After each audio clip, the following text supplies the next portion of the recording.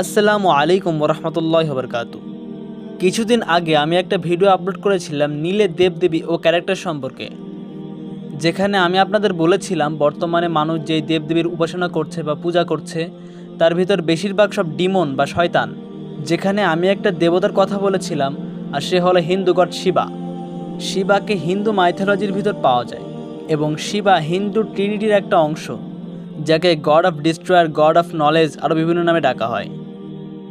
এবং বেশিরভাগ হিন্দুরা শিবাকে সুপ্রিম গড মনে করে, মানে সব থেকে বড় খোদা, সব থেকে বড় ভগবান, যার চিহ্ন বা মার্ক অফ শিবা হলো এটা, যেটাকে লিঙ্গ বা লিঙ্গাম বলে, মানে এক কথায় শিবলিঙ্গ বলে, যেটাকে মানুষ পূজা করে।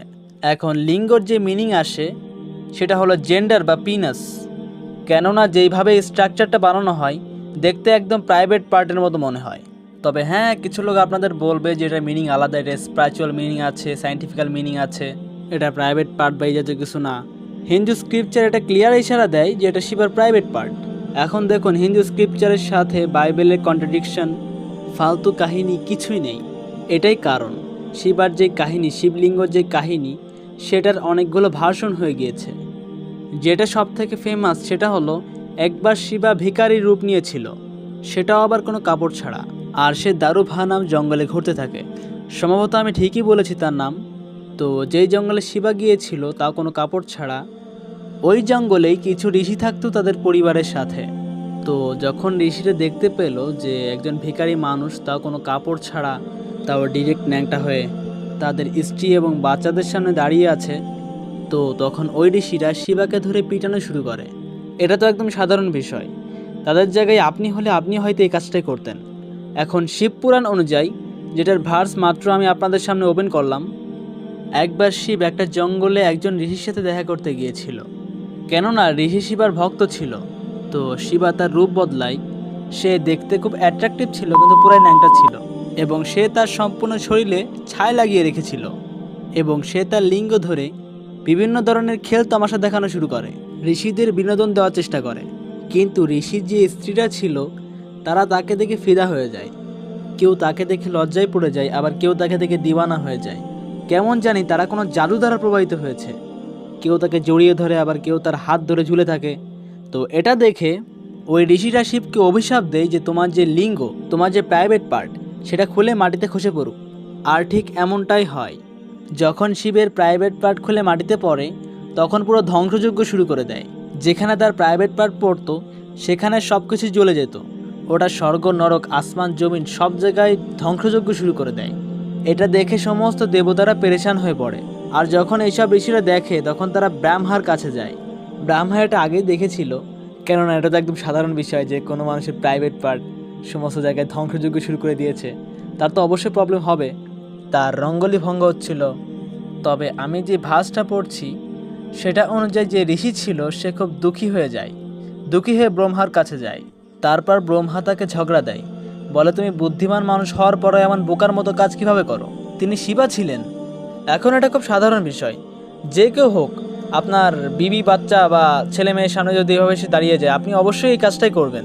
তো দেখুন, যারা আল্লাহকে এতটা ঘৃণা করে, আল্লাহর রাসূলকে এতটা ঘৃণা করে, যারা আপনার বিবাহ নিয়ে প্রশ্ন তোলে, আপনার সেক্স লাইফ নিয়ে প্রশ্ন তোলে, তো তারাই তাদের ঘরে এমন একটা জিনিসের পূজা করে যেটার পরিচয়, যেটার উৎপত্তি হয়েছে নষ্টামি থেকে। তো যাই হোক, তারপর শুনুন কী হয়েছে। ব্রহ্মা ওই ঋষিদের একটি উপায় দেয় যে কীভাবে শিবার লিঙ্গকে ধরা যেতে পারে বা বন্দি করা যেতে পারে। ব্রহ্মা বলে, তোমরা শিবার স্ত্রী পার্বতীর কাছে যাও এবং তার কাছে দোয়া করো সে যেন তার যোনি রূপ ধারণ করে, তো তাহলেই শিবার লিঙ্গ হয়তো শান্ত করা যেতে পারে। এবং ব্রহ্মা অনেকগুলো মন্ত্র দেয় এবং বিভিন্ন রিচুয়াল করতে বলে। তো ওই ঋষিরা পার্বতীর কাছে দোয়া করে, তারা ওটাই করে, তারা বিভিন্ন মন্ত্র পড়ে এবং শিবার ওই লিঙ্গটাকে পার্বতীর ফর্ম অফ যোনিতে ফিট করে দেয়। এবং ভার্স 45-এ শিবা বলে, ও গড, ও সেজেস, হে দেবতাগণ, হে মুনিবগণ, আপনারা আমার কথাটা ভালোভাবে খেয়াল করে শুনুন। যদি আমার লিঙ্গকে যোনিতে প্রতিষ্ঠা করা যায় তো সব জায়গায় খুশি হবে, খুশিতে ভরে যাবে। তারপর লেখা আছে যে শিবা অনেক খুশি হয়, পার্বতী অনেক খুশি হয়। তারপর পার্বতী ওই যোনিরূপ ধারণ করে। আর যখন লিঙ্গ এস্টাবলিশ বা প্রতিষ্ঠিত হয় তখন এটা তিনও লোকে প্রচুর বিখ্যাত হয়, এবং যেসব লোক এটার ইবাদত বা পূজা করত তারা অনেক খুশি এবং সম্মান পেত। এই স্টোরির অনেকগুলো ভাষণ আছে, তবে নিজের দিকে সবগুলোই সেম, সবগুলোই কাটাকাটি সিন আছে। তবে মহাভারত অনুযায়ী শিবা ওই ঋষির বিবিদের সাথে কাণ্ড করেছিল, তারপরে এইসব হয়েছিল। তো এইসব দেখে আমার কোরআনের একটি আয়াত মনে পড়লো, যেখানে আল্লাহ তাআলা বলে, ইয়া আইয়ুহাল্লাযীনা আমানু ইন্নামাল মুশরিকুনা নাজাসাম। হে মুমিনগণ, মুশরিকরা সম্পূর্ণ নাপাক। তারা নাপাক হওয়ার কারণেই তারা নাপাককে তাদের খোদা বানায়। এখন যদি শুধু এটার উপরেই কথা বলা হয় তাহলে ভিডিও অনেক লম্বা হয়ে যাবে। শিবার কোনো আসল রূপ নাই, তারপরও সে বিভিন্ন রূপ নেয়, এবং যার ভিতর একটা রূপ অনেক ফেমাস, আর সেটা হলো পশুপতি রূপ। এটার মিনিং হলো দ্য লর্ড অফ অ্যানিমালস, মানে পশুদের খোদা। লর্ড অফ ডিমন সহ আরও কিছু কিছু নাম আছে, এবং এই নামটা তাকে দিয়েছে আর্কিওলজিস্ট লোকদের পক্ষ থেকে, আর সেটা হলো হর্ন ডিয়েটি, সিংহওয়ালা দেবতা।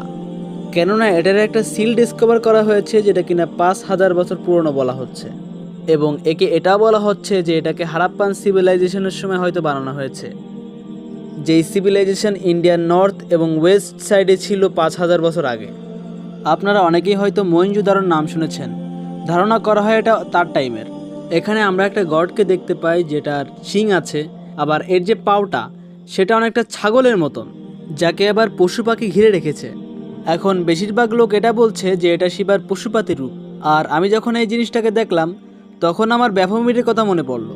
এটারও শিং আছে, ছাগলের মতো পা, প্রায় মিলে যায়। আর আমরা শিবার সাথেও সবসময় একটা বুলকে দেখতে পাই, জিনিসটা একদমই সিমিলার। আর পশুপাতি দেবতা শুধু হিন্দু মাইথোলজির ভিতরেই পাওয়া যায় না, বরং গ্রিক মাইথোলজিতে একপ্যান নামে একটি দেবতা আছে, যেটা কিনা পুরাই সেম। আর একটা অদ্ভুত বিষয় হলো এটাকেও গড অফ লিঙ্গ বলা হয়, যার চিত্র বা স্ট্যাচুকে ইরেক্টেড এর সাথে বানানো হয়। আপনারা সবাই জানেন যে আমি এইসব শব্দ ক্লিয়ারলি খুলে বলতে পারবো না, আপনারা বুঝে নেওয়ার চেষ্টা করেন। এবং প্যানকেও নেচারের সাথে তুলনা করা হয়, ওই প্রাণীদের রক্ষাকর্তা, গড অফ ফরেস্ট, জঙ্গলের দেবতা। ক্যালেটিক্স পেগনদের ভিতরে এমন ফরেস্ট গডের কথা পাওয়া যায়। আর এইসবের ভিতরে একটা জিনিস সিমিলার, যে এরা ব্যাপমের দিকে ইশারা করে, যেটার পূজা শয়তানের পূজারীরা করে। আর দ্বিতীয় বিষয় হলো এটা যদি শিবা হয়, যদি Shiva forest god like deity বা কোনো ডিমন হয়, তাহলে এখানে এটা ক্লিয়ার হয়ে যায় যে শিবা একটি জিন। কেননা বেশিরভাগ হিউম্যান এবং অ্যানিম্যালের রূপ জিনই বেশি নিয়ে থাকে। আর এমনই একটা জিনের কাবিলা আছে যারা ফরেস্ট বা জঙ্গলে থাকে, যাকে ইংলিশে উইন্ডুগো বলে। তবে কিছু কিছু মাইথোলজিতে এটাকে আলাদা নামে ডাকা হয়, এটাকে স্পিরিট অফ ফরেস্ট বলা হয়, মানে জঙ্গলেতে থাকা রুহ বা কোনো আত্মা। আর তারা বেশিরভাগ একেই সম্মান করে। অনেক কাল্ট আছে যারা জঙ্গলে গিয়ে বিভিন্ন ধরনের রিচুয়াল করে একে খুশি করার জন্য। আর আপনি যতগুলো গড দেখতে পান যাদের হাফ হিউম্যান এবং হাফ অ্যানিম্যাল, তারা অ্যাকচুয়ালি হলো ডিমন, আর ডিমনিক টিচিংকে রিপ্রেজেন্ট করে, হিউম্যানস আর অ্যানিম্যালস। এবং হিন্দু গড শিবার আরেকটি রূপের নাম হলো দক্ষিণামূর্তি। দক্ষিণা মিন্স সাউথ বা সাউথ ফেসিং, মূর্তি মিন্স টিচিং। আর কিছু লোকের মতে দক্ষিণামূর্তির মানেই হলো on who is facing south. যদি আপনি গুগলে এর বিষয়ে সার্চ করেন তাহলে আপনি এর অনেকগুলো ছবি এবং স্ট্যাচু দেখতে পাবেন, যেখানে আপনি দেখতে পাবেন যে দক্ষিণামূর্তিকে ট্রি অফ নলেজের নিচে বসা দেখানো হয়েছে। ইয়েস, ট্রি অফ নলেজ, কেননা শিবাকে জ্ঞানের খোদা বলা হয়। তো এটা ট্রি অফ নলেজকে রিপ্রেজেন্ট করে, এবং ফরবিডেন ট্রি যেটার কাছে খোদা যেতে নিষেধ করেছিল, এবং যেটার কাছে যেতে শয়তান আদম এবং হাওয়াকে বাধ্য করেছিল। আরেকটা জিনিস লক্ষ্য করবেন যে শিবার এই ফর্মের মূর্তির ফেসকে সবসময় সাউথের দিকে রাখা হয়, মানে দক্ষিণ দিকে রাখা হয়, কেননা এটার মানেই হলো সাউথ ফেসিং গড। এর মানে পুজো করার লোকটি নর্থ এর দিকে পুজো করবে, পূজারীর মুখ উত্তর দিকে হবে। কিছু সোর্সেস অনুযায়ী আপনি যখন আপনার বাসায় শিবার মূর্তি আনবেন তখন সেটাকে নর্থের দিকে রাখবেন এবং তার ফেসকে সাউথের দিকে করে রাখবেন। শিবার মূর্তিকে নর্থের দিকে রাখবেন, কিন্তু তার যে ফেস সেটা অবশ্যই সাউথের দিকে হওয়া লাগবে। আর এই যে ডাইরেকশন, এটা হলো শিবার ফেভারিট ডাইরেকশন। কিছু বুঝতে পারলেন আপনি? না বুঝতে পারেন, আমি আপনাকে বুঝিয়ে দিচ্ছি। শয়তান এটা ওয়াদা করেছিল, এটা ওল্ড টেস্টামেন্টের ভিতরে আছে। শয়তান এটা বলেছিল খোদাকে যে আমি পাহাড়ের উপর নর্থে বসবো এবং খোদার বরাবর হয়ে যাব। প্যারালাল, প্রায় শিবার প্রত্যেকটা মূর্তিকেই নর্থের দিকে রাখা হয়, কেননা এটা শিবের favourite spot. Wow, that's amazing. আর আপনারা অনেকেই হয়তো শিবা আর মোহিনীর কাহিনীটা জানেন।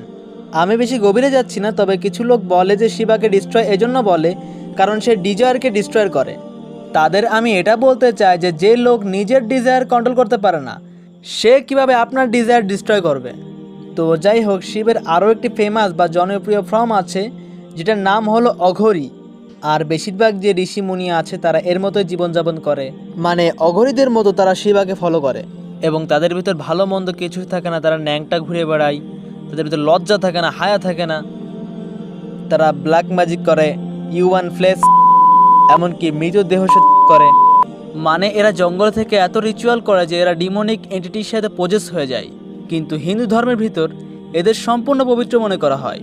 আপনি কোনো প্রাণী জবাই করে খাবেন তো এদের প্রবলেম হবে, কিন্তু কোনো মানুষ যদি কোনো মানুষকেই খেয়ে ফেলে তখন এদের কোনো প্রবলেম হবে না। সে কি ওই মানুষটাকে মেরে খাচ্ছে নাকি? সে তো আগে থেকে মরা একটি মানুষ কেটে খাচ্ছে। সে খুব ভালো কাজ করছে, সে রিচুয়াল করছে, সে উৎসর্গ করছে, এতে তাদের কিছুই যায় আসে না। আর এটা সম্পূর্ণ সেটানিক শিক্ষা, সেটানিস্টরা এগুলো করে না। আমরা তো অন্ধ, আমরা আমাদের রিলিজন নিয়ে কেন কথা বলবো, আমরা আমাদের রিলিজন নিয়ে কেন রিসার্চ করব, আমরা তো মুসলমানদের বিরুদ্ধে কাজ করি, মুসলমানদের কিতাবে ওটা লেখা আছে, এটা লেখা আছে, আমরা আমাদের ধর্ম নিয়ে কেন কথা বলবো। কারণ এরা শুধু অ্যাটাকই করতে পারে, ডিফেন্স করতে পারে না। এদের ডিফেন্স কি? এদের ডিফেন্স হলো বিভিন্ন ধরনের গালাগালি এবং চিল্লাপাল্লা করা। এখন যে এটা বলবে যে আমি শিব পুরাণকে মানি না, আমি অন্য একটা কিতাব মানি, তো আমার প্রশ্ন হচ্ছে আপনি যেটা মানেন সেটার প্রমাণ কি যে সেটা অথেন্টিক? আমাদের কাছে প্রতিটা মানুষের যে রাসূল সাল্লাল্লাহু আলাইহি সাল্লামকে দেখেছে এবং তার কাছ থেকে শুনেছে এবং তারপরে যে শুনেছে, প্রতিটা মানুষেরই হিস্ট্রি মজুদ আছে, তাদের লাইফ তারা কেমন ছিল প্রতিটা জিনিস মজুদ আছে। আপনাদের কাছেও কি এমন মজুদ আছে? না, একদমই নেই। আপনারা শুধুই চোখ বন্ধ করে তীর চালান, এটাই আপনাদের কাজ। আশা করি যারা ওপেন মাইন্ডের আছে তারা এই ভিডিওটা দেখে বুঝতে পারবে। দেখুন, আমার কাজ হলো আপনাকে ওই এন্টিটি এর থেকে বাঁচানো। আপনি তাদের পুজো করছেন, তাদের পাওয়ার দিচ্ছেন বা তাদের শক্তি দিচ্ছেন।